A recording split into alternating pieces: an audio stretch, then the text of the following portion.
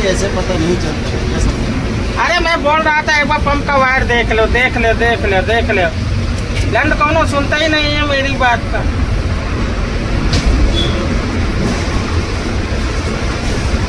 है इसका वाशर देख लो ना, चेंज करना हो।